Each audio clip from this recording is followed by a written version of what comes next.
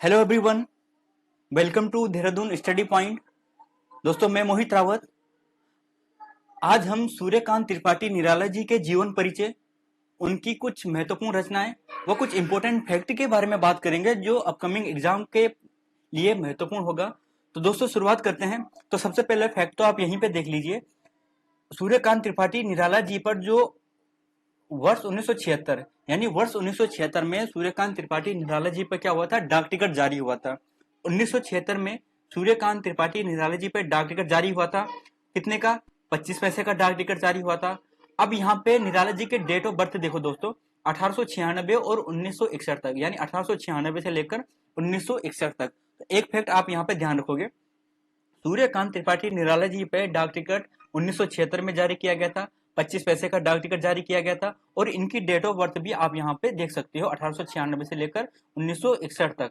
आगे बात करेंगे दोस्तों निराला जी के जीवन परिचय पे। तो निराला जी का जन्म माघ शुक्ल पक्ष की एकादशी संवत 1953 यानी 16 फरवरी 1896 को मेदिनीपुर जिला पश्चिम बंगाल में हुआ था। अब दोस्तों, मैं यहाँ पे आपको एक क्लियर कॉन्सेप्ट को क्लियर करना चाहूंगा कि आपने अभी देखा तो 1896 निराला जी की डेट ऑफ बर्थ बता रखी थी, लेकिन अगर आप एनसीईआरटी सिलेबस के अनुसार चलेंगे तो एनसीईआरटी सिलेबस में निराला जी को डेट ऑफ बर्थ है वो 1899 बता रखी है। तो इसलिए आपको दोनों तिथि ध्यान रखनी है, क्योंकि एग्जाम में अगर आएगा तो एक ही आएगा, 1896 आएगा या फिर 1899 आएगा। तो आपको ध्यान रखना है, एक ही ध्यान रखनी है, मतलब दोनों ध्यान रखना है कि 1899 भी और 1896 भी। इनका जन्म मेदिनीपुर में पश्चिम बंगाल में हुआ था। दोस्तों, निराला जी के पिता का नाम पंडित रामसराय था, जो वही मेदिनीपुर जिला है वहां पे क्या थे, एक सरकारी कर्मचारी थे। दोस्तों, निराला जी का जो बचपन था वो एक निराशय जीवन जीवन ही व्यतीत हुआ। क्यों? क्योंकि जब निराला जी जब छोटे थे, जब 3 वर्ष के थे, तो उनकी माता जी का निधन हो गया था।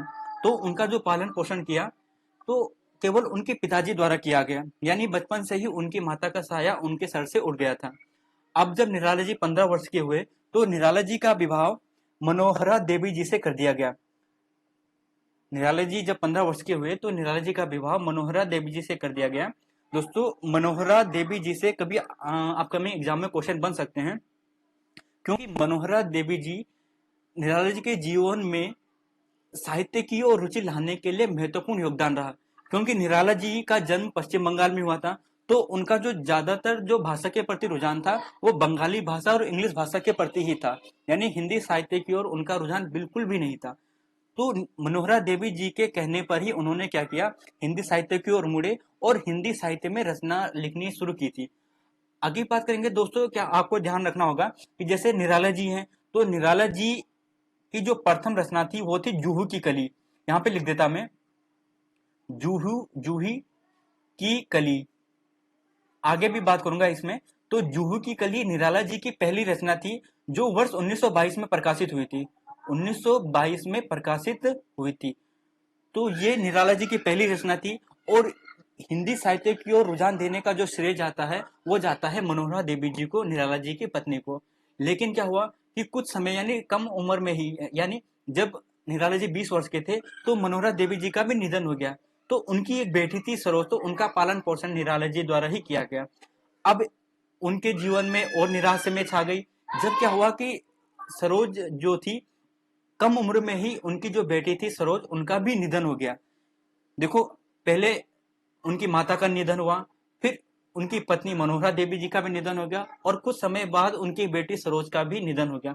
तो उनका जीवन ज्यादातर निराशा में ही रहा। आगे बात करेंगे दोस्तों, जो उनकी बेटी थी सरोज, उनकी स्मृति में उन्होंने एक रचना की थी, सरोज स्मृति, जो निराला जी की सभी महत्वपूर्ण रचनाओं में से एक है। क्यों महत्वपूर्ण है दोस्तों, ध्यान रखना, निराला जी की 4 लंबी रचनाएं हैं। एक है राम की शक्ति पूजा, तुलसीदास, सरोज स्मृति और बादल राग। यानी अगर कभी पूछा जाता है कि निम्नलिखित में से कौन सी रचना निराला जी की लंबी रचना है, तो आपको 4 ध्यान रखनी है। जूहू की कली, सॉरी, सरोज स्मृति, राम की शक्ति पूजा, तुलसीदास और बादल राग। इन्हीं 4 लंबी कविताओं में से एक महत्वपूर्ण है सरोज स्मृति, यानी अपनी बेटी की स्मृति में लिखी गई एक रचना सरोज स्मृति। दोस्तों, सरोज स्मृति के यहाँ पे कुछ पंक्तियां हैं, जैसे निराला जी ने लिखा था कि मुझ भाग्यहीन की तू सबल, युग वर्ष बाद जब हुई बिकल, दुख ही जीवन की कथा रही, क्या कहूँ आज जो नहीं कही। हो इसी कर्म पर वज्रपाल, यदि धर्म नहे सदा नत मात। इस पथ पर मेरे कार्य सकल, हो भ्रष्ट शीत के से सतदल। कन्ने गत कर्मों का अर्पण कर, करता मैं तेरा तर्पण। यानी अपनी बेटी सरोज की याद में उन्हें श्रद्धांजलि देते हुए उनकी स्मृति में लिखी गई एक महत्वपूर्ण रचना।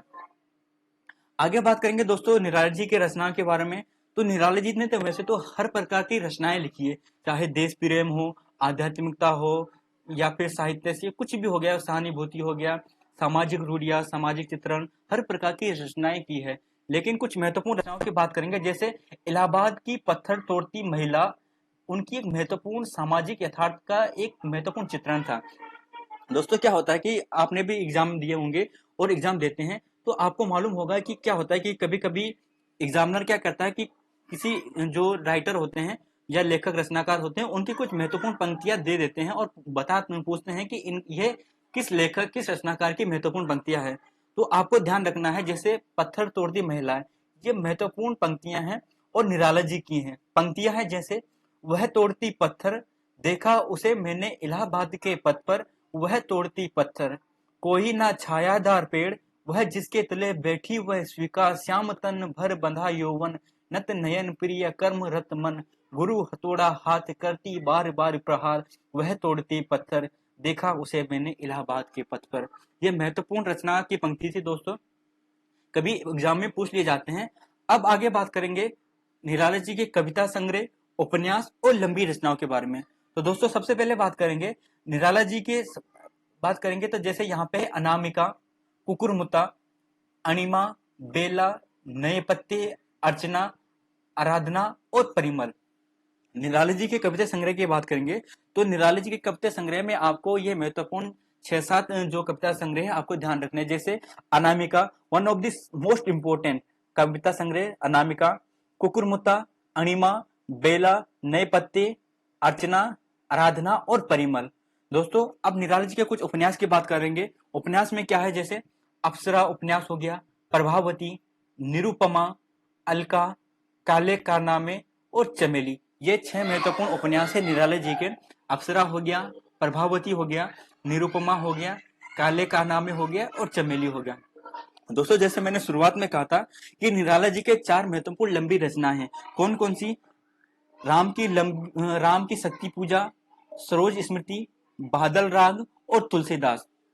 जिन्होंने भी यूकेएसएससी का एग्जाम दिया होगा 2018 का, 2018-19 का, तो उन्हें मालूम होगा कि वहां पे एक क्वेश्चन आया था कि बादल राग जो रचना है निराला जी की, इसके कितने भागों में विभक्त है, यानी इसके टोटल कितने खंड है।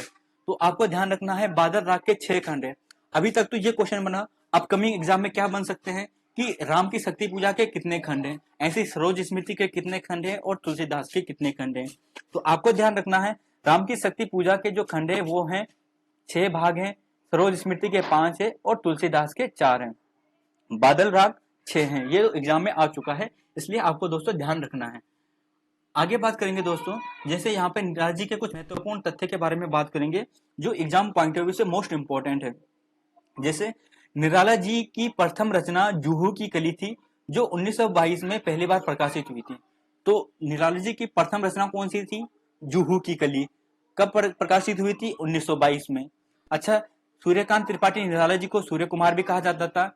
सूर्य कुमार कहने का कारण यही था कि जो निराला जी का जन्म हुआ था ये रविवार के दिन हुआ था, तो रविवार के दिन से रवि यानी सूर्य से ना क्या पड़ गया, सूर्य कुमार इनका नाम पड़ गया था। आगे बात करेंगे दोस्तों, जैसे आप सब जानते हैं कि छायावाद के 4 महत्वपूर्ण स्तंभ माने जाते हैं, जयशंकर प्रसाद, सूर्यकांत त्रिपाठी निराला, सुमित्रा नंदन पंत और महादेवी वर्मा।